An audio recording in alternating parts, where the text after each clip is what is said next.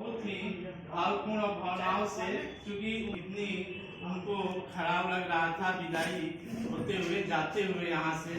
एक इससे अर्थ यही निकलता है कि ये विद्यालय परिवार है, एक हम लोग आपस में इतना स्नेह और आत्मीयता हो जाती है कि एक तरह के परिवार के ही लोग लगते हैं। और जब मैं यहाँ पहली बार ट्रेन सुना तो धीरे धीरे यहाँ ज्वाइन करने के बाद सब लोग अपनापन महसूस होने लगा।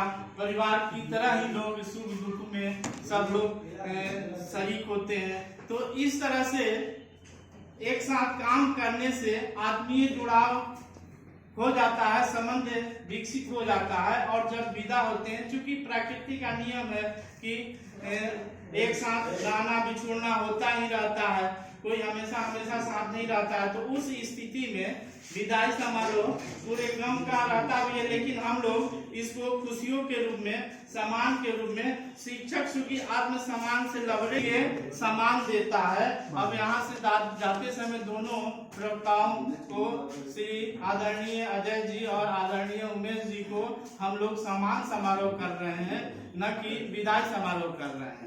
जैसा अजय जी अपने संबोधन में कहे कि दिल में हमेशा बने रहेंगे, हम लोग भी चाहते हैं भौतिक रूप से आप दूर हो गए हैं लेकिन दिल में बने रहेंगे।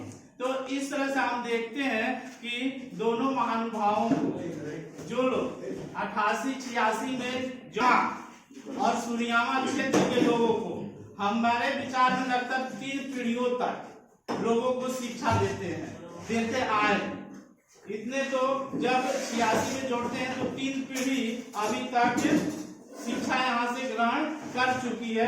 तो एक लंबा कैरियर शिक्षा का, और अपने संबोधन में भी उन्होंने कहा है कि किसी तरह का विवाद नहीं था, विवादों से रहित था।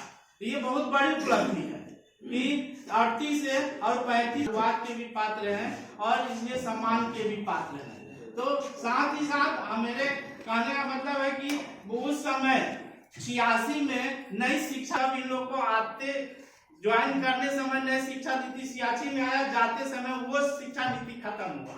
एक नीति आया है जो इनको विदाई करते हुए और पुरानी शिक्षा नीति को भी महानुभावों ने विदाई एक तरह से दे चुके हम लोग ने। तो ये इतने तो इस स्थिति में हम लोग तो अभी 2010 में आए, 11 में आए, जो हमारे गुरु के हैं, लगभग 13 सालों तक से कार के दौरान पहली बार विद्यालय में हम आए तो उमेश जी से ही मेरा अट्रैक्शन हुआ। और खुशहाल रहे, जिंदगी अच्छी रहे, जहाँ भी जाए अपने खूबियों से, महत्व से पूरे वातावरण में फैलाएं, जैसे हम लोग की शुभकामनाएं हैं। और इसके साथ जो इन लोगों के साथ हम लोग रहे 13 सालों तक, उसका कुछ अनुभव ये है। उमेश जी और कोई भी विद्यालय की समस्या हो, अजय जी इतनी सरलता से उसका समाधान बताते थे कि हम लोग उस विषय पर सोच भी नहीं पाते थे। कहने का मतलब है कि इस हमारे संसारिक जीवन में, व्यक्ति के जीवन में कोई भी समस्या है, उस समस्या के कई विकल्प होते हैं। अवश्य विकल्प पर हमारा ध्यान जाने की बात होती है। कोई भी समस्या है वो समाधान विहीन नहीं है, सबका समाधान होता है। तो उस कई विकल्पों पर सोचने पर ये माहिर थे अजय जी। और खासकर टाइम टेबल बनाते समय और परीक्षा के काल में जो इनकी सूझबूझ, यदि किसी से कोई गलती भी हो जाती थी तो वो इतनी सरलता से उसका समाधान कर देते थे। इसके लिए भी बहुत वो साधुवाद के पात्र हैं। और साथ ही साथ जो हम 13 साल इनके साथ जॉब किए, वो से स्थिति में इनके साथ जो अनुभव है, वो अपने अनुभवों को हम लोगों के साथ इतनी सरलता से उमेश जी प्रस्तुत करते थे। व्यवहारिक समस्याओं को समाधान बताने में कभी भी हिचकते नहीं थे। इस तरह से हम लोग को अपनी मार्गदर्शन, जो एक्चुअल मार्गदर्शन होता है एक शिक्षा के रूप में, हम लोग तो इनको अपने गुरु के रूप में भी मानते हैं।